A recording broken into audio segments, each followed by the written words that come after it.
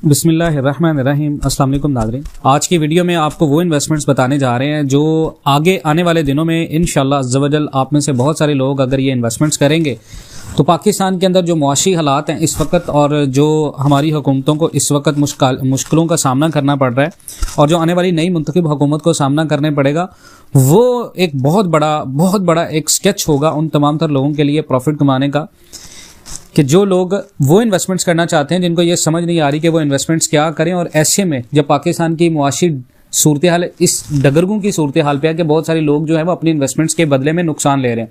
लोग गोल्ड खरीद रहे हैं, नुकसान हो रहा है, लोग करेंसीज खरीद रहे हैं, नुकसान हो रहा है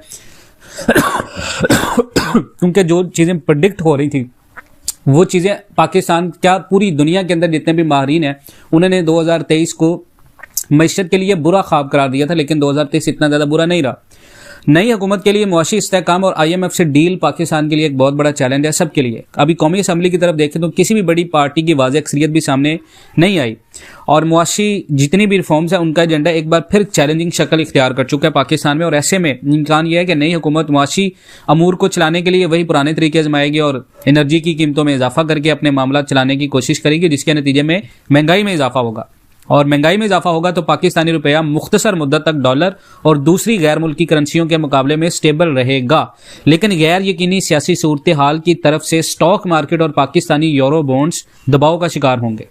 अब उसके बाद क्या होगा जी, पाकिस्तान में कौन सी ऐसी इन्वेस्टमेंट्स हैं? IMF का मुआहदा जो है वो अगले महीने हो रहा है और उस मुआहदे में पाकिस्तान को क्या क्या और किन किन मुश्किलात का सामना करना पड़ेगा और ऐसी कौन सी इन्वेस्टमेंट्स हैं जो आप अभी करते हैं, ये फैक्टर फिगर्स के बेस पे ये आपको नुकसान नहीं देंगे अगर आप इनको होल्ड करते हो। अगर इनमें से बहुत सारी इन्वेस्टमेंट्स आप पहले भी कर चुके हो और आपके पास वो इन्वेस्टमेंट्स अभी फिजिकल एग्जिस्टेंस में है, गोल्ड है, करेंसीज है, रियल एस्टेट है, आपको स्टिल फायदा नहीं दे रही, तो घबराने की बिल्कुल जरूरत नहीं है। मैं आपको फैक्ट और फिगर्स के साथ बताने वाला हूं। पाकिस्तान की तरफ से IMF से स्टैंड बाय अरेंजमेंट प्रोग्राम के तहत हासिल करदा $3 अरब कर्जे की $1 अरब 10 करोड़ की आखिरी किस्त के लिए जो नई हुकूमत आएगी, IMF के दरमियान मुज़ाकरात आइंदा माह के पहले 10 दिन में मुतवक्के हैं। IMF के साथ जारी स्टैंड बाय प्रोग्राम 12 अप्रैल को खत्म होगा।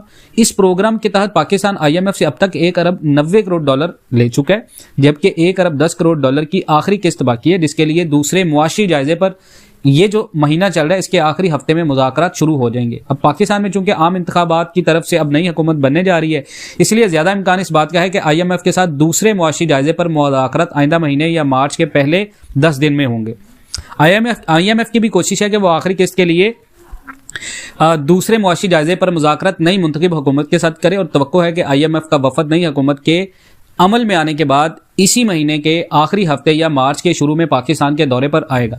निगरान हुकूमत ने IMF के तमाम हदफ हासिल कर लिए। निगरान हुकूमत की कारकर्दगी की वजह से मुंतखब हुकूमत को बातचीत में आसानी होगी।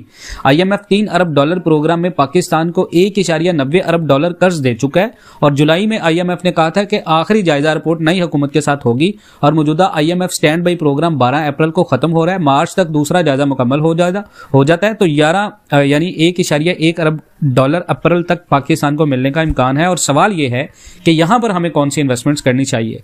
पाकिस्तान के अंदर आप देखें तो प्रोडक्टिव सेक्टर में इन्वेस्टमेंट, मईशत की स्टेबिलिटी और इन सेक्टर्स में जैसे इंफ्रास्ट्रक्चर, एग्रीकल्चरल, मैन्युफैक्चरिंग और टेक्नोलॉजी, इसमें इन्वेस्टमेंट्स को तरजीह अगर आप देते हैं तो इससे मुआशी तरक्की को तेज करने और एम्प्लॉयमेंट्स की क्रिएशन में और लंबे अरसे के लिए प्रोडक्टिव जितनी भी एस्टिमेशंस है उसको बढ़ाने में मदद मिल सकती है। लेकिन आपको यहां पर कौन सी इन्वेस्टमेंट्स करनी है? सबसे पहले फर्स्ट अप अगर आप देखें तो फॉरेन करेंसी को आप कंसीडर करें अपने असासों में। यहां तक कि अगर पाकिस्तानी रुपया स्टेबल भी हो रहा है तो आप इसकी स्टेबिलिटी की तरफ जरूर जाएं, लेकिन साथ में अपने पोर्टफोलियोज के अंदर आप फॉरेन करेंसी को अपने पोर्टफोलियो में रखें, क्योंकि as the dollar rate rises अगर आप कोई फॉरेन करेंसी बाय करते हो तो ये आपको लॉक करेगी फेवरेबल एक्सचेंज रेट में, जो कि प्रिजर्व करेगा आपके एसेट्स को।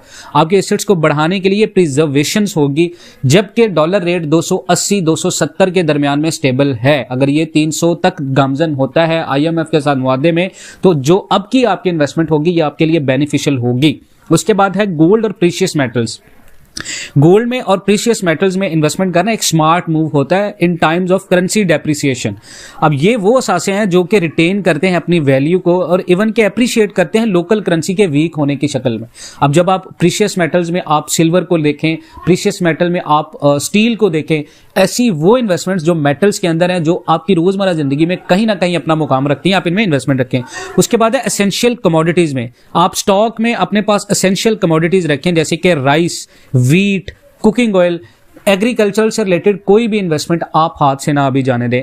डॉलर रेट जैसे ही इंक्रीज करेगा, इंपोर्ट कॉस्ट आपकी ज्यादा होगी जो कि हाई प्राइस को लीड करेगी इन आइटम्स की, और जब आप ये चीजें अभी खरीदेंगे तो आप अपने पैसे को लंबे अरसे के लिए बचा सकते हैं।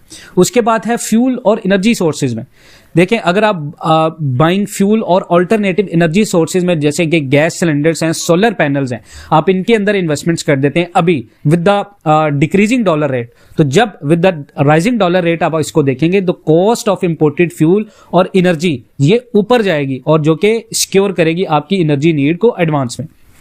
उसके बाद मेडिसिन और हेल्थ केयर सप्लाईज में, कि आपके पास कोई भी फार्मेसी से रिलेटेड कोई बिजनेस आइटम है, आप उसको सेल करना चाहते हैं, आप इंपोर्ट करते हैं, इस तरह का कोई भी बिजनेस होगा वो आपको फायदा देगा। ये वो इन्वेस्टमेंट्स हैं मेडिसिन से रिलेटेड, हेल्थ केयर से रिलेटेड, कोई भी इक्विपमेंट जो कि इंपोर्टेड इक्विपमेंट है जिसकी डिमांड है मार्केट में, आप उसके बारे में इतना नहीं जानते लेकिन आपको ये पता है कि ये फला इक्विपमेंट है, ये महंगा होने वाला है, आप उसको इंपोर्ट करवा लेते हैं।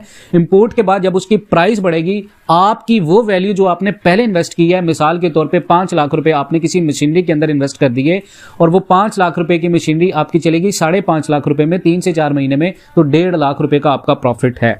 उसके बाद है इलेक्ट्रॉनिक्स और होम एप्लियंसेज। देखिए अगर आपको कोई जरूरत है इलेक्ट्रॉनिक्स की किसी चीज की या हाउस होल्ड एप्लियंसेज की, और आप उनको कंसीडर कर रहे हो कि आप उसको 3 से 4 माह के बाद खरीदोगे, तो आप गलत फैसला कर रहे हो। एज द डॉलर रेट जब ऊपर निकलेगा और इंपोर्टेड इलेक्ट्रॉनिक्स जो है वो इंक्रीज होगी, और ये आपकी परचेज जो है वो सूनर को लेटर में तब्दील कर देगी। तो आप अगर इलेक्ट्रॉनिक्स से रिलेटेड या एप्लियंसेस से रिलेटेड कोई भी घरेलू चीज खरीदना चाहते हैं या इस तरह का कोई बिजनेस करना चाहते हैं, तो अगर स्टार्टअप में एक बहुत अच्छा प्रॉफिट लेना आपको, तो right now this is the best time. Real estate के अंदर इन्वेस्टिंग इन रियल एस्टेट अगर आप देखें तो can be a smart move in a rising dollar environment.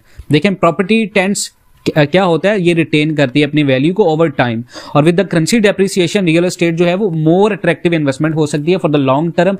Real estate में आप घर खरीद सकते हैं, अपार्टमेंट खरीद सकते हैं, लेकिन आप रेजिडेंशियल प्लॉट्स में ना जाएं, कमर्शियल प्लॉट्स की तरफ आए। हर वो चीज जो आपको रिटेल में रेंटल वैल्यू दे रही है, साथ में अपनी वैल्यूज को बढ़ा रही है, कोशिश करें किसी नई से नई सोसाइटी के अंदर घर बनाएं जहां पर डिमांड बहुत ज्यादा है, जहां पर इंफ्रास्ट्रक्चर बहुत ज्यादा कूल बन रहा है। अगर आप बैरियर टाउन को अफोर्ड नहीं कर सकते, डीएचए को अफोर्ड नहीं कर सकते, उसके बाद फजाइया को आप सपोर्ट नहीं कर सकते, लेकिन आपकी नजर में कुछ ऐसी इन्वेस्टमेंट्स हैं या कुछ ऐसी सोसाइटीज हैं जहां पर लोग आ रहे हैं, जहां पर एनवायरमेंट अच्छा, वहां पर प्लॉट या किसी भी रेजिडेंशियल या कमर्शियल में आप इन्वेस्टमेंट कर सकते हो। उसके बाद है एजुकेशन एंड ट्रेनिंग में। पाकिस्तान में ये वाहिद एक ऐसी इन्वेस्टमेंट है जो इन्फ्लेशन में भी लोगों के काम आती है। लोग एजुकेशन पे पैसा लगाते हैं। अगर आपके पास बहुत ज्यादा पैसा है, 50 लाख रुपए हैं, 60 लाख रुपए हैं, तो आप किसी ऐसी जगह पर एजुकेशनल सर्विसेज दे सकते हो जहां पर लोगों का एजुकेशन की तरफ ध्यान है, लेकिन वहां पर फैसिलिटी नहीं है। वहां पर एक छोटा स्कूल बना सकते हैं।